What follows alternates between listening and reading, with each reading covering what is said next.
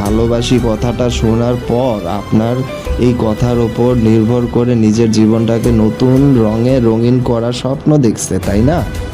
আপনি যখন একটা মেয়েকে স্বপ্ন দেখাবেন, তাকে আই লাভ ইউ বলবেন, সে আপনাকে নিয়ে ভাববে, সে আপনাকে নিয়ে স্বপ্ন দেখবে। আপনি কিভাবে তার এই রঙিন ভাবনাগুলাকে সাদা কালো বানায় দেন আমি তো বুঝি না।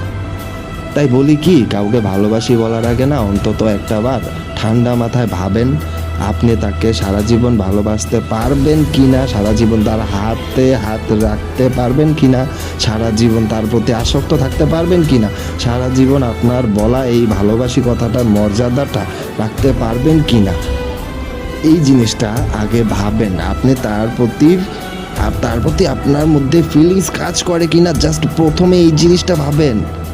আপনি তাকে নিয়ে ভাবেন কিনা, সারা রাত ঘুমাতে পারছেন কিনা। কারণ আপনি একটা মেয়ের প্রতি যদি আসক্ত হয়ে পড়েন, একটা মেয়েকে যদি আপনি